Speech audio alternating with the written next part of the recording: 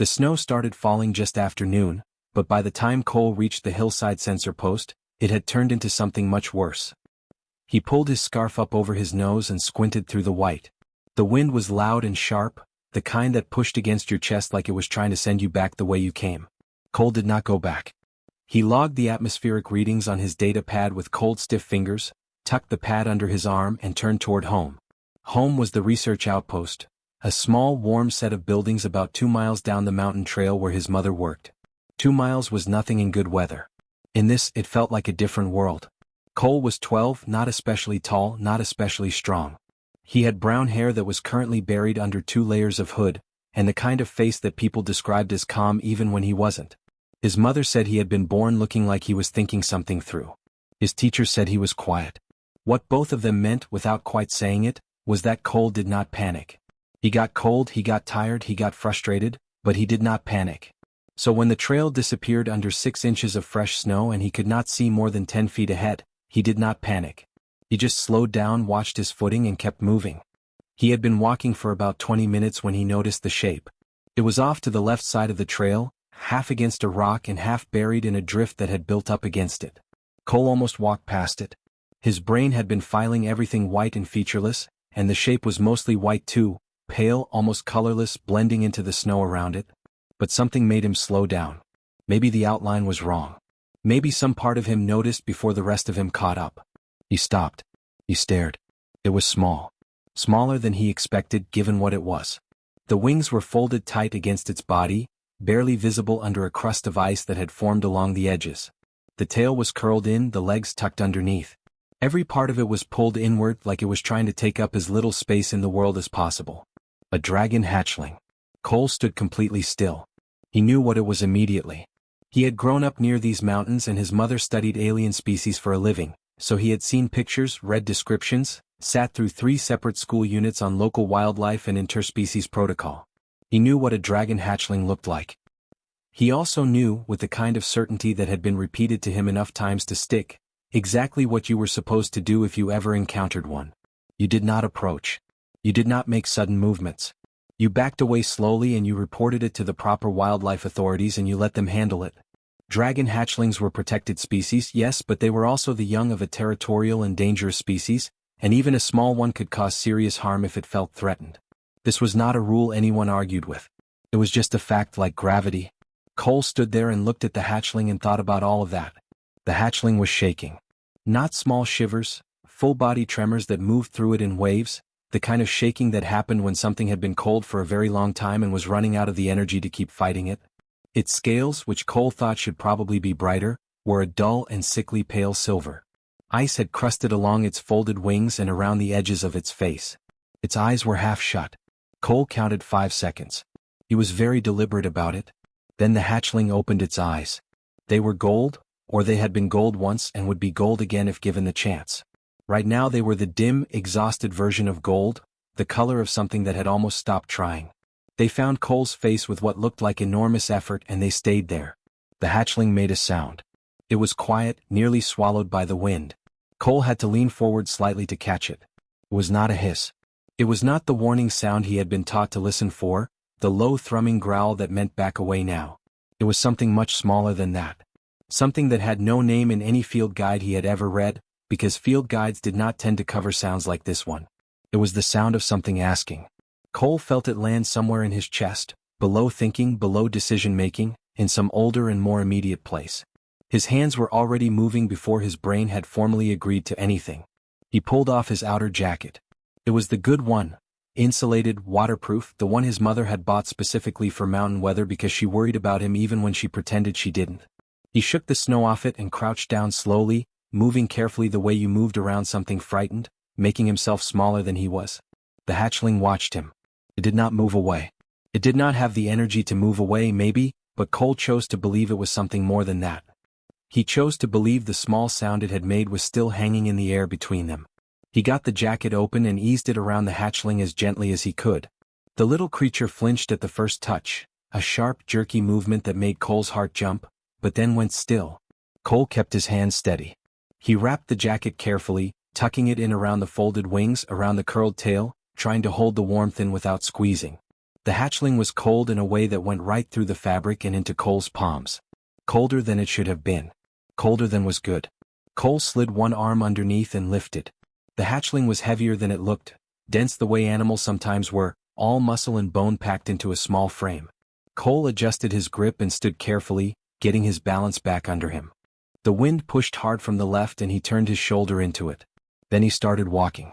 He did not think too much about what he was doing because thinking too much about it would have meant thinking about all the reasons not to do it, and he had already decided. It was done. The hatchling was in his arms and it was shaking and it needed to be warm, and Cole was going to make it warm because that was the only thing that made any sense to do right now. He walked steadily. He kept his arms firm and his steps careful on the buried trail. Once he slipped on a rock hidden under the snow and had to catch himself fast, and the hatchling made a small sound against his chest, and Cole said quietly, "I've got you. It's okay." He was not sure why he said it out loud. It seemed important to say it out loud. The 2 miles felt longer than they ever had. His arms began to ache. The snow kept coming. He focused on the next 10 feet of trail, then the next after that. By the time the outpost lights appeared through the white, fuzzy and orange and the most beautiful thing he had seen all day, the hatchling had stopped shaking quite so hard. Cole told himself that was a good sign. He chose to believe it. He pushed through the outpost door with his shoulder, stumbling slightly as the warmth of the inside hit him like a wall. He stood in the doorway, snow-covered and breathing hard, arms full of jacket and dragon, and found his mother standing at her workstation on the other side of the room. She turned around. She looked at him. She looked at what was in his arms. She looked back at him. Cole caught his breath and said the only thing he could think of.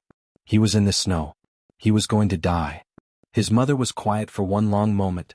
Her expression moved through several things very quickly: alarm, disbelief, worry, calculation, and then settled into something that looked, if Cole was reading it right, a lot like the same feeling that had moved his hands before his brain caught up. She crossed the room. She looked at the hatchling closely. She looked at her son. Then she said, "Put him on the work table. Tell me everything." And Cole did. The work table was the longest table in the outpost, usually covered in Nora's research equipment and sample containers and things Cole was not allowed to touch without asking. She cleared it in about 40 seconds flat, pushing everything to the side with the focused efficiency of someone who had dealt with emergencies before and knew that moving fast mattered more than moving neatly. Cole laid the hatchling down as gently as he could. Up close, under the warm light of the outpost, the little creature looked worse than he had seemed in the snow. The pale silver of his scales had an almost grayish tint to it, dull in a way that felt wrong. His breathing was shallow and uneven, little chest rising and falling in an irregular rhythm that made Cole watch it too carefully, counting without meaning to. The ice along his wings had begun to melt in the warmth of the room, leaving small wet patches on the work table surface. Nora pulled on her examination gloves and leaned in close, moving her hands carefully over the hatchling without touching yet, reading him with her eyes first the way she always did with any new creature. She had spent 15 years studying alien species. Cole had watched her work his whole life. He knew the look on her face right now. It was the look of someone taking in a lot of information very fast and deciding what to do with it. "How long do you think he was out there?" she asked without looking up. "I don't know," Cole said. "He was really buried in. Could have been hours." Nora made a sound that was not quite a word and reached for the thermal scanner on the shelf behind her. She ran it slowly along the hatchling's side. The number it gave back made her jaw tighten. "His core temperature is dangerously low," she said. "We need to bring it up slowly. Not fast, slowly. If we warm him too quickly it can cause more damage than the cold did." Cole nodded. He pulled a stool to the side of the work table and sat down. He did not ask if he could help. He just stayed close because something told him that was the most useful thing he could do right now. He was right. The first time Nora reached toward the hatchling with the scanner for a closer reading, the little creature reacted. Not aggressively, he did not have the strength for aggression. But his eyes opened and his breathing changed and a faint, thin sound came out of him, high and distressed, and his whole body pulled inward like he was trying to disappear into the table. Nora stopped immediately and held very still. The sound kept going. Then Cole leaned forward and put his hand near the hatchling's head, not touching, just close, the way he had done when he was carrying him, and said quietly, "Hey, it's okay. She's trying to help." The sound stopped. The hatchling's eyes, still dim and exhausted, moved to Cole's face and stayed there. Nora watched this with an expression Cole could not fully read. Then she moved slowly, keeping her eyes on the hatchling, and resumed her work. As long as Cole stayed close and kept his hand nearby, the hatchling tolerated it. The moment Cole shifted too far back, the distress crept back in. So Cole stayed exactly where he was and the night began. Nora worked with steady, careful hands. She used the emergency medical kit, designed for human use but adaptable enough for a species with similar biological basics, and supplemented it with the xenobiology knowledge she had built over years of field research. Warming pads set to the lowest safe setting, placed carefully around the hatchling's body. A hydration solution administered in tiny amounts, slow and patient. The ice on the wings melted fully and she examined each one for damage, relieved to find the membranes intact. Cole watched all of it. He asked questions when he had them, quiet ones that did not interrupt her focus, and she answered in the same quiet way. It felt, strangely, like the nights when he had been sick as a small child and she had sat beside him doing exactly this, steady and present and refusing to let anything get worse on her watch. Around midnight the hatchling's breathing evened out. Not normal, not strong, but even.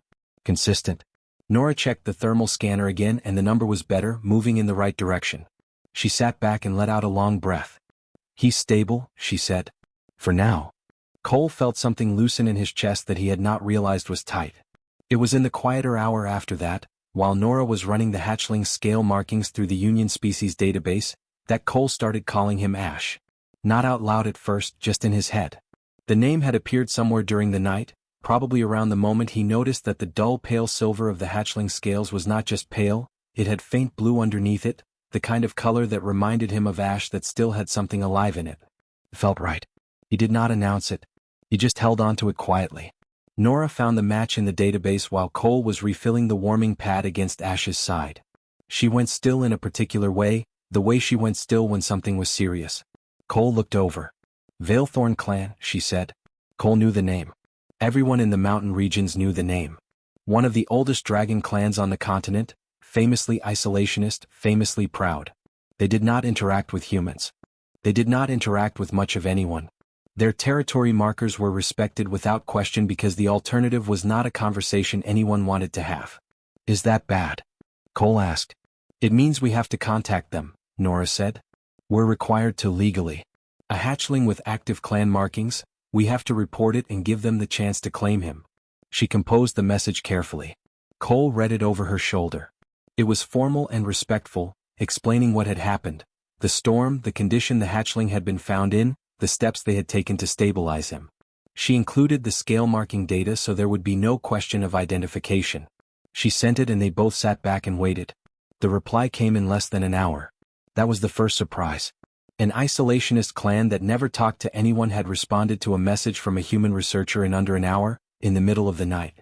Cole thought that probably meant something, though he was not sure what. Then he read the reply and understood. 4 words. That was all. No greeting, no explanation, no question about the hatchling's condition. "He is not ours." Cole read it twice. Then he read it a third time as if the meaning might change. It did not change. Nora was quiet beside him. Her face was very still in the way it got when she was controlling her reaction to something. Cole turned and looked at Ash. Ash was asleep now, small chest rising and falling in that new steady rhythm, curled slightly on his side with his tail tucked in. The warming pad was doing its job. The blue in his scales was already a little more visible than it had been an hour ago. He had been thrown away. That was what those 4 words meant. Not lost in the storm, not separated by accident. Thrown away. Left on a mountain in a blizzard, small enough that the snow could bury him completely, cold enough that by morning there would have been nothing left to find. Cole did not say anything. He got up from his stool, walked to the table and sat back down beside Ash. He put his hand near the hatchling's head, close enough to be felt. Ash shifted slightly in his sleep, moving a fraction toward the warmth of Cole's hand. Cole stayed there. He was still sitting there an hour later when Nora received the second message. This one was not from the Veilthorn clan. It was from the Galactic Union Species Protection Division. Official letterhead, formal language, polite but very clear. A Union Species officer had been assigned to their case. The officer would arrive within 24 hours to conduct a full assessment of the situation. Depending on the outcome of that assessment, the message said, the hatchling would be transferred to a Union sanctuary facility, where he could receive proper professional care. Nora read it carefully. Then she read it again. Cole read it over her shoulder, the same way he had read the clan's message. He understood the words. He understood what they meant. A facility. Professional care. People who rotated in and out on schedules, who managed many animals at once, who were trained and qualified and would do everything correctly. He looked at Ash. Ash was still asleep. Still breathing steadily. Still curled slightly toward the warmth of Cole's hand. Cole looked back at the message. His face was calm the way it always was. But his hand, still resting near Ash's head, did not move even a little. Vreth arrived the next morning. He was tall, insectoid, with a long pale face and 4 thin arms that moved with quiet, careful precision. He wore the standard gray uniform of the Union Species Protection Division and carried a document case under his lower left arm. He introduced himself at the door with polite efficiency, stepped inside without being asked, and looked around the outpost with the calm eyes of someone who had walked into 100 situations like this one and knew exactly how each of them ended. Cole watched him from across the room. Ash was on the work table behind him, awake now, sitting up slightly and tracking the newcomer with his dim golden eyes. The moment Vreth stepped inside, Ash had gone very still in a way that was different from sleep. A tense, watchful stillness, the kind that meant he was deciding something. Cole moved back to the table without thinking about it and stood beside him. Vreth noticed. He noted it in the small way he noted everything. A slight shift of his attention, a pause before he opened his document case. Then he set the case on the nearest clear surface and began. He was not unkind.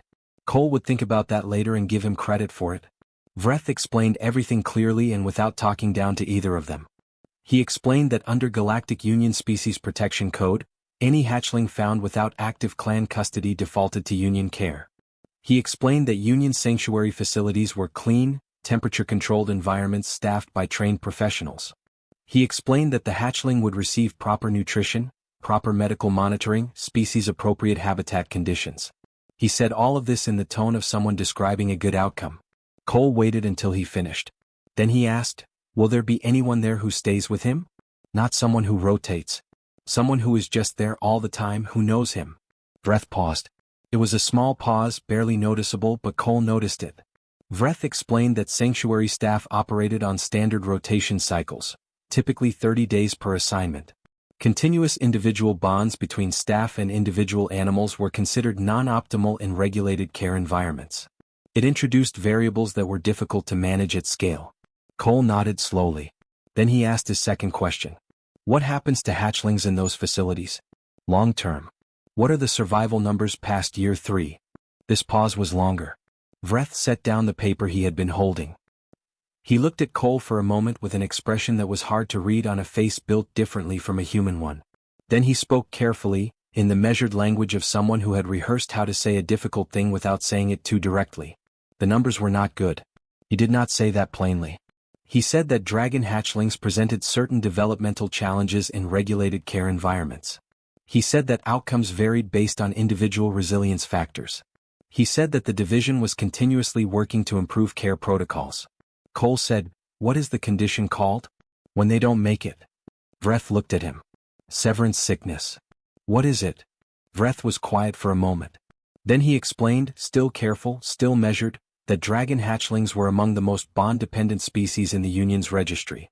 From the earliest stages of development, they required a stable, consistent emotional anchor.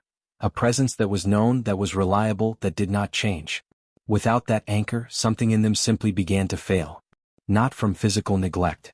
The facilities fed them, kept them warm, kept them healthy by every external measure. But something deeper went wrong. They stopped engaging. They stopped eating properly. They declined in ways that had no single medical cause and no single medical fix. "How many?" Cole asked. Vreth did not answer. That was answer enough. Nora had been quiet through all of this, standing at her workstation with her arms folded and her expression controlled. Now she moved. She pulled 3 files from her research archive and laid them on the table in front of Vreth with the calm precision of someone who had been building to this moment since the message arrived last night. The first was a research paper on dragon hatchling neurological development, specifically the bonding pathways that formed in the first year of life. The second was a Union Developmental Code document, Section 42, Paragraph 7, which contained a clause about exceptional circumstances in cross-species developmental cases. The third was a case file from a frontier colony 14 years ago, the only documented instance of cross-species fostering for a dragon hatchling being approved under Union law. Vreth read all 3. He read them thoroughly, which told Cole something about him. A less careful official would have skimmed or dismissed. Vreth read every page. While he read, Cole turned back to Ash. Ash was watching Vreth with those watchful golden eyes, still tense, still deciding. Cole sat down on the stool beside the table. He did not say anything. He did not perform anything. He just sat down next to Ash the way he had been sitting next to him all night, close and calm and present, and he stayed there. Ash looked at him. Some of the tension went out of the hatchling's small shoulders. Vreth looked up from the files. He looked at Nora. He looked at the files again. Then he looked at Cole, sitting quietly beside the hatchling on a stool in the middle of a mountain research outpost, and he was quiet for a long moment. Cole did not say anything. He was not making an argument right now. He was not trying to prove a point. He was just sitting where he had been sitting, doing what he had been doing because Ash needed him there, and that had not changed because a Union official had walked through the door. Vreth reached into his document case. He did not reach for the standard transfer paperwork, which was near the top. He reached further down, past several folders, to something near the bottom of the case. He pulled out a slim file with a pale blue cover and a header that Cole could not read from where he was sitting. He set it on the table and opened it slowly, like a man who was making a decision and wanted to be sure about it before he finished making it. "I have used this file twice," Vreth said. "In 11 years. Nora stepped closer. Vreth explained the document. It was called the Provisional Cross-Species Custodianship Protocol, Emergency Developmental Circumstances.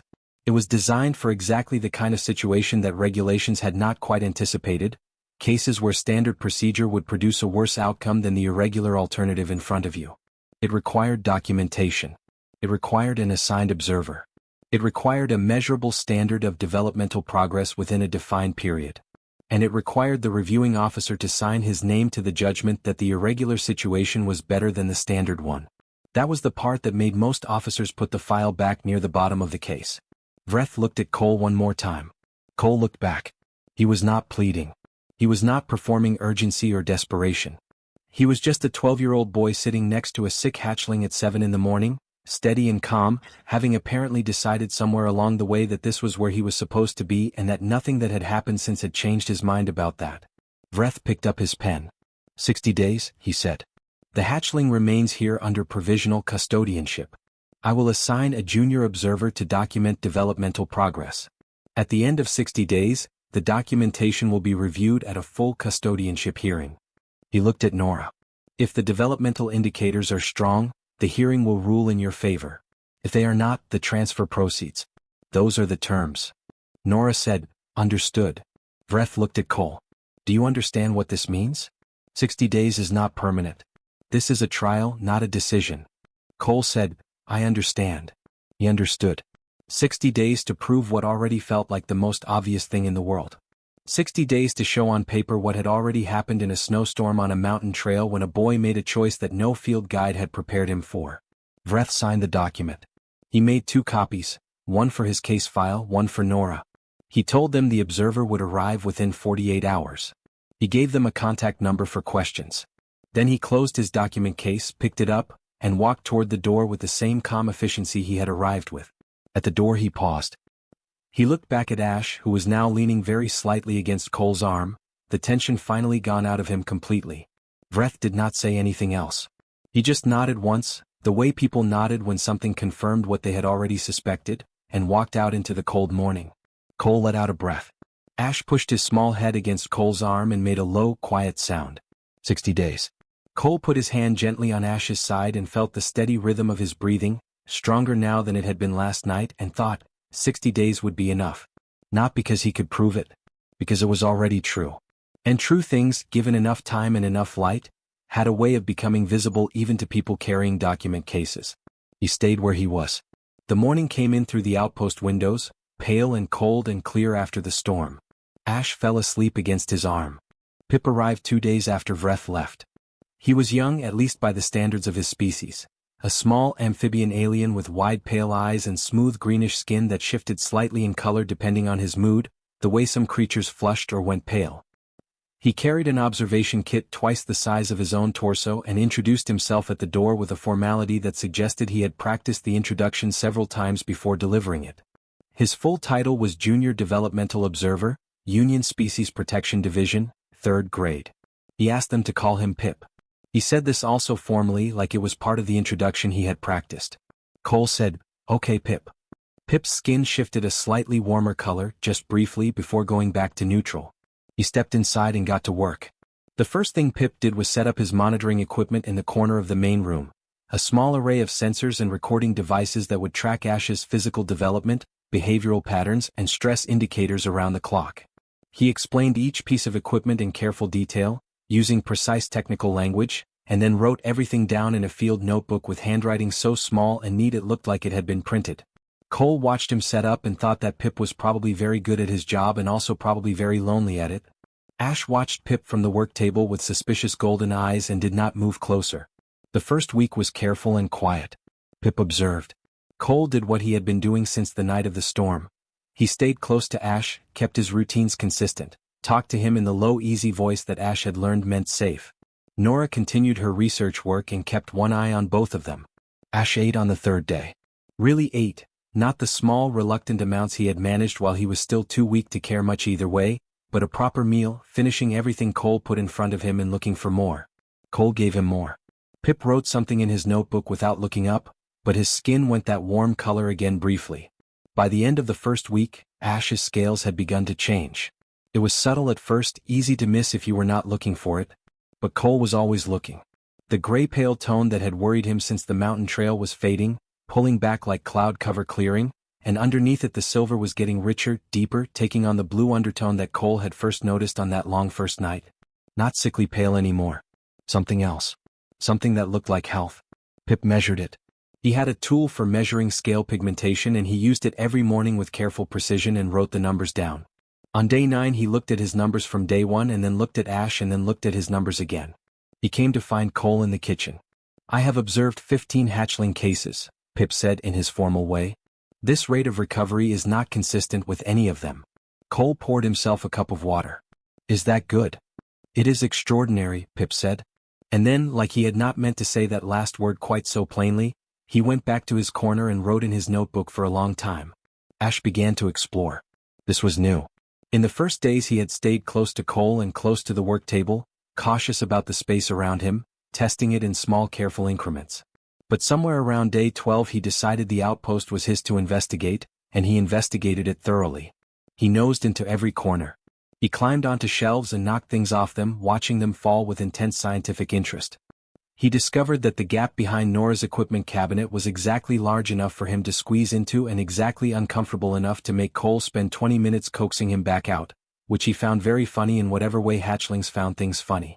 He discovered that head-butting Cole first thing in the morning produced a startled sound followed by laughter. He did this every single morning from day 14 onward without exception. Pip documented it. Cole was fairly sure Pip found it funnier than he was willing to show, because his skin did the warm color thing every time it happened and he always suddenly needed to check his instruments immediately afterward. The days built on each other. Ash got stronger. Ash got louder, not aggressive, just present, filling the outpost with the small sounds of a creature that had decided the world around it was worth engaging with. He learned the difference between Nora and Cole, warming to Nora slowly and in his own time, eventually allowing her close without the distress sounds, eventually by day 20, condescending to fall asleep near her feet while she worked, which Nora treated with the carefully neutral expression of someone who was not going to admit how much it meant to her. Cole noticed. He did not say anything. Day 30 arrived and Pip sat down with his accumulated data and produced an interim report. He read sections of it aloud to Nora in his formal careful way. Scale health, weight, appetite, behavioral engagement, stress indicator readings, every number moving the right direction, most of them moving faster than the charts predicted. Nora asked him how it compared to his other cases. Pip was quiet for a moment. Then he said, "There is no meaningful comparison. They were in good shape." Cole knew they were in good shape. He let himself feel cautiously good about it on day 30, sitting on the outpost roof in the cold evening air with Ash beside him, watching the mountain go dark. Then day 34 happened. Nora called Cole to her workstation with a tone in her voice that he recognized. The controlled tone, the one that meant she was managing her reaction to something before she shared it. He came and read the notification on her screen. The Veilthorn clan had filed a formal union challenge. Cole read it carefully. He understood it. The clan had learned, through union record channels, that their discarded hatchling was not only alive but thriving in human care.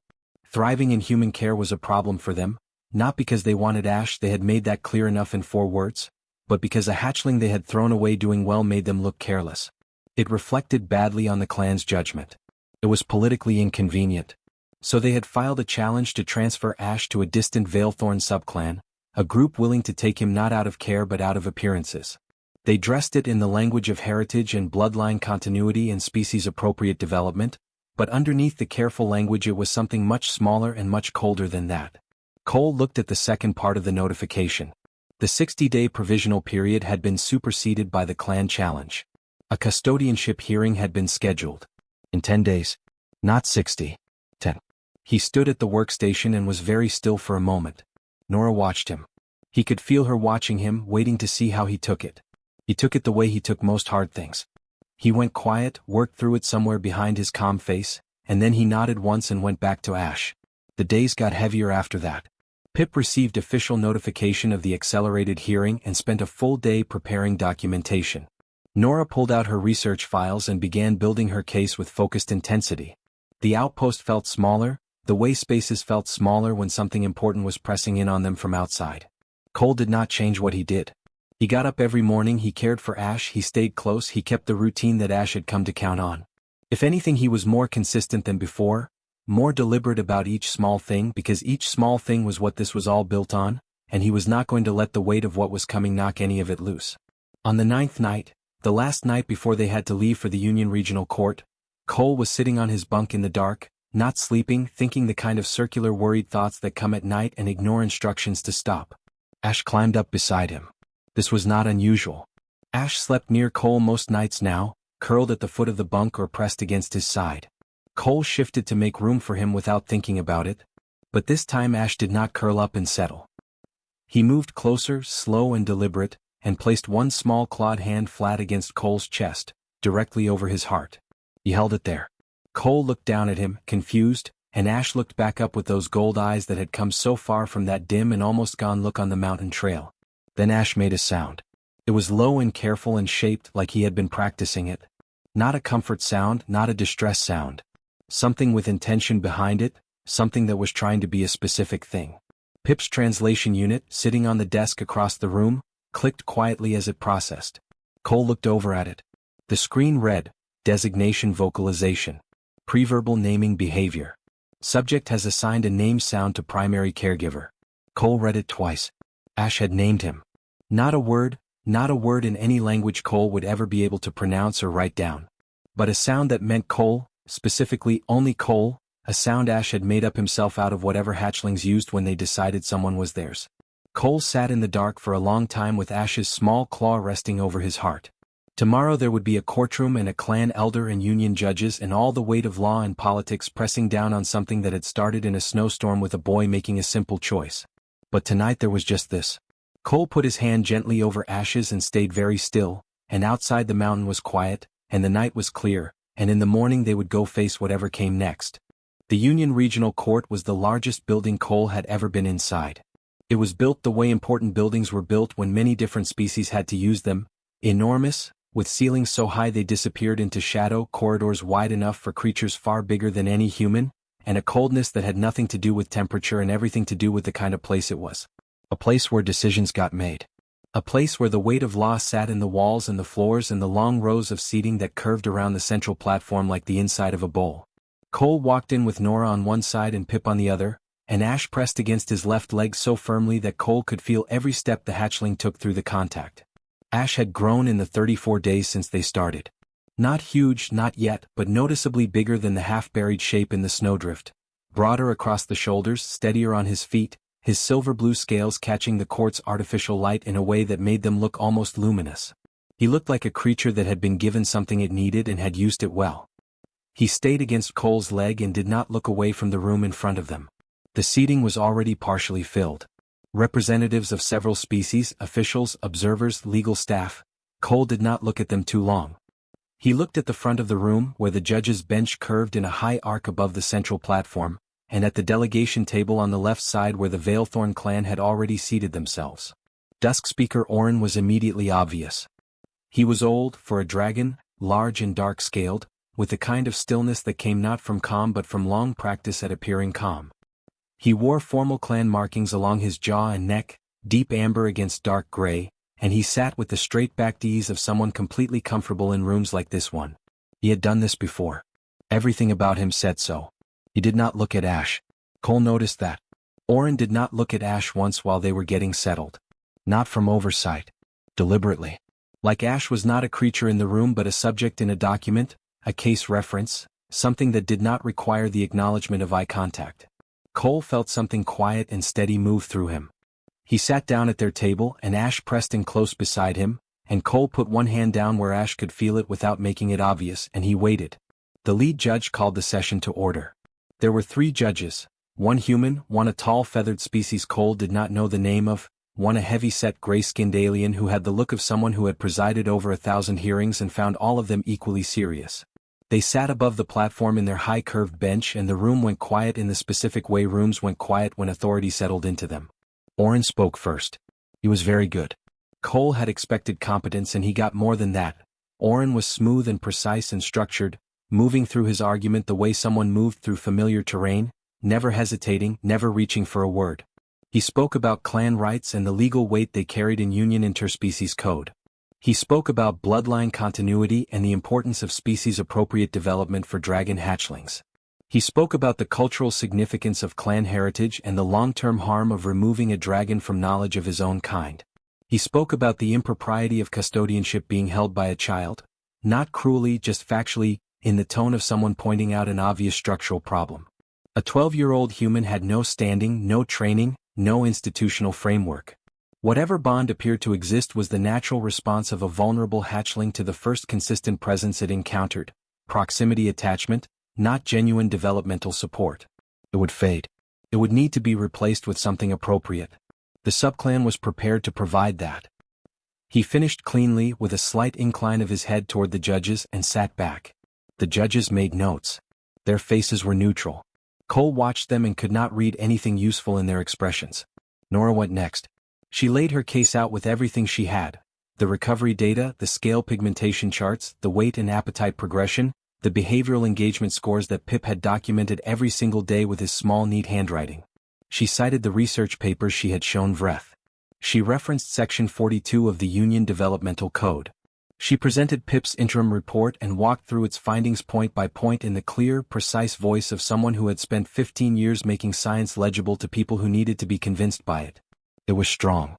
Cole knew it was strong because he had watched her build it and he had seen what the numbers looked like. Every measurement, every data point, every comparison to Union baseline standards said the same thing. Ash was not just surviving, he was thriving, faster and more completely than the charts predicted. The judges listened. They asked 3 questions, all technical, all directed at Nora, and she answered each one without hesitation. Then they looked at their notes again and Cole watched their faces, and something in the set of their expressions made his stomach tighten. They were not dismissing Nora's data. But data was one thing. Clan rights were another kind of thing entirely, old and heavy and deeply written into Union law, and Cole could see the weight of it sitting across the room in the shape of Dusk Speaker Oren, calm and certain. The lead judge looked at Cole's table. Is there anything further to be submitted? Nora glanced at Cole. Cole stood up. He did not have notes.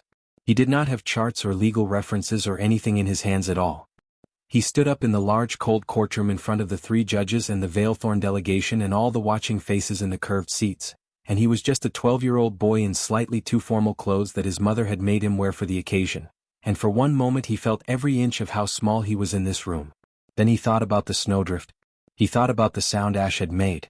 He thought about 9 nights ago in the dark, a small claw pressed over his heart, a name that had no letters but meant him anyway. He looked at the judges and he spoke plainly. He told them about the night on the mountain. Not dramatically, not with the kind of language that was trying to make them feel something, just plainly the way it happened because the way it happened was enough. The storm, the shape in the snow, the sound that was not a threat. The choice he made and why he made it, which was not complicated, it was just that the hatchling was going to die and Cole was there and so he did not walk away. He told them about every morning since. About Ash learning that head-butting him produced laughter and doing it every single day without fail. About the way Ash had started exploring the outpost once he felt safe enough to be curious. About watching the color come back into his scales day by day like something being restored that had always been there, just waiting for the right conditions. He said, I'm not a doctor and I don't know your legal codes and I'm not going to pretend I can argue with what Oren said about clan rights because I don't know enough about that. He paused. But I know Ash. I've watched him every day. I know what he looks like when he feels safe, and I know what happens when he doesn't. And I know that if you send him somewhere without me, some part of him is going to stop trying. Not because the place is bad. Because I won't be there. And he needs me to be there. That's not something I can put in a chart, but it's true, and I think you already know it's true. He stopped. The courtroom was quiet. Then there was a sound at the floor beside the table. Ash stepped forward. No one had asked him to. Cole had not moved, had not gestured, had not done anything. Ash simply stepped forward on his own, walked to the speaking platform, and climbed up onto it with careful, deliberate steps. He crossed to where Cole was standing and stopped beside him. Then he faced the courtroom. He did not perform anything. He did not make sounds or display his scales or do anything that could be described as theatrical. He stood beside Cole and looked at the judges with his gold eyes and was completely, quietly, immovably still. Just refusing, in the simplest possible way, to be somewhere other than where he was. Orin said nothing. For the first time since the session began, he looked at Ash directly. Cole saw it happen. He saw something move across the clan elder's face, brief and complicated, and then go still again. The lead judge looked at Ash for a long moment. Then at Cole. Then he spoke. The court will take a private deliberation. Cole stepped down from the platform. Ash climbed down beside him and walked back to their table and pressed against Cole's leg and stayed there. Cole sat down. He put his hand where Ash could feel it. The judges left the room. And the waiting began. The deliberation lasted 4 hours. Cole knew this because he counted. Not the minutes. He did not have the steadiness for minutes, but the hours, marked by the large clock on the far wall of the waiting area where they had been asked to sit while the judges were in their private chamber. 1 hour. 2 hours. 3.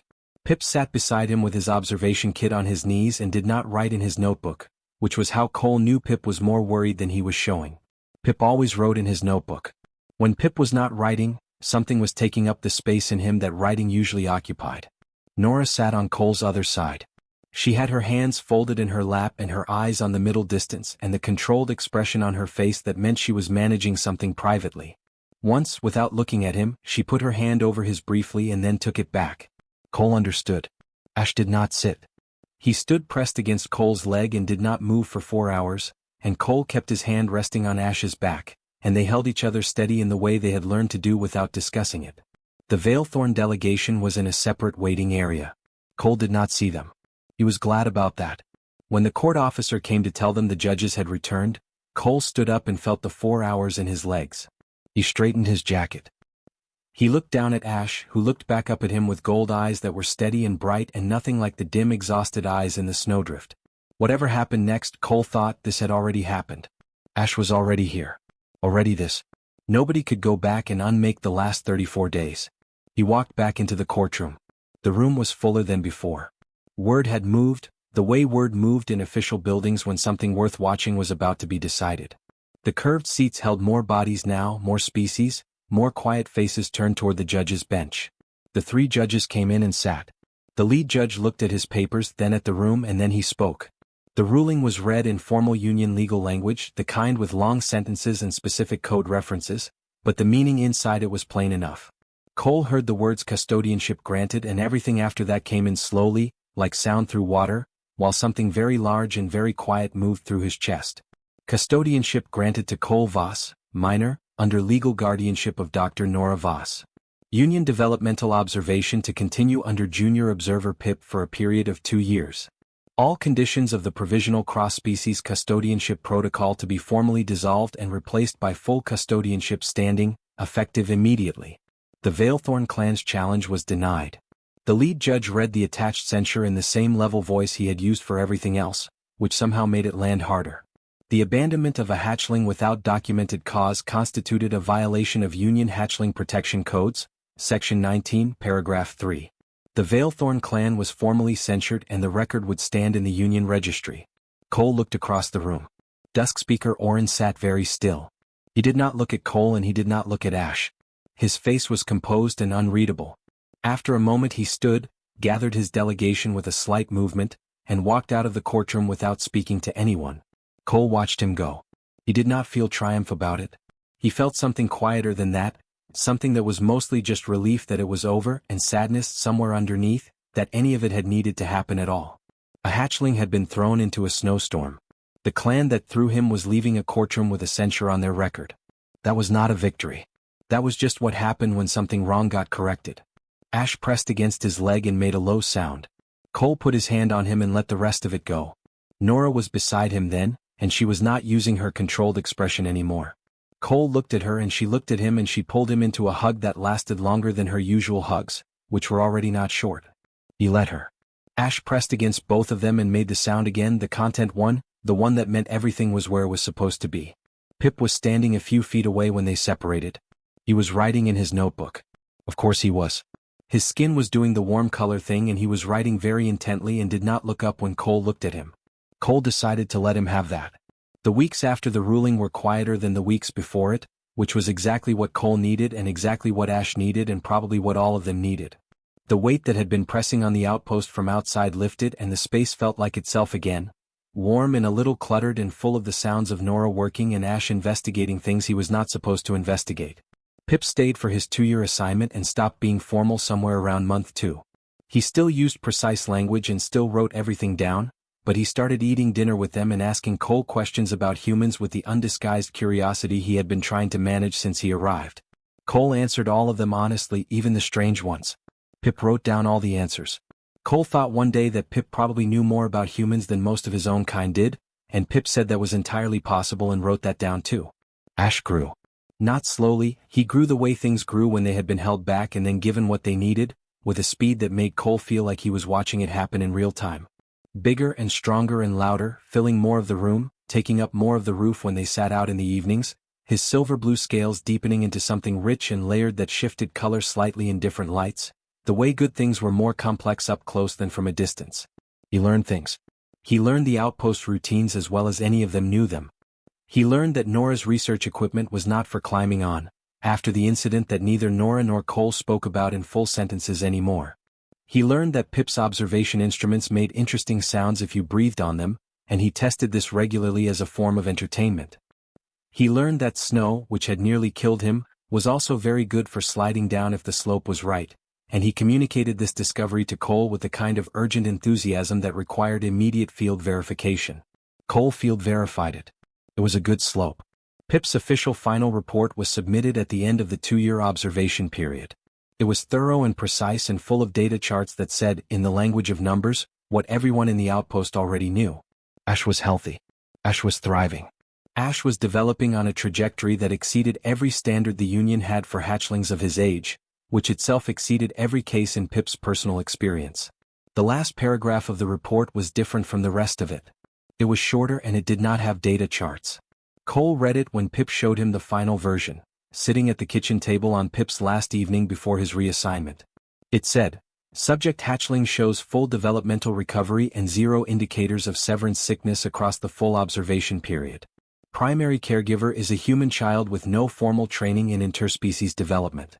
After 2 years of direct observation, this case is recommended for inclusion in cross-species custodianship education curricula.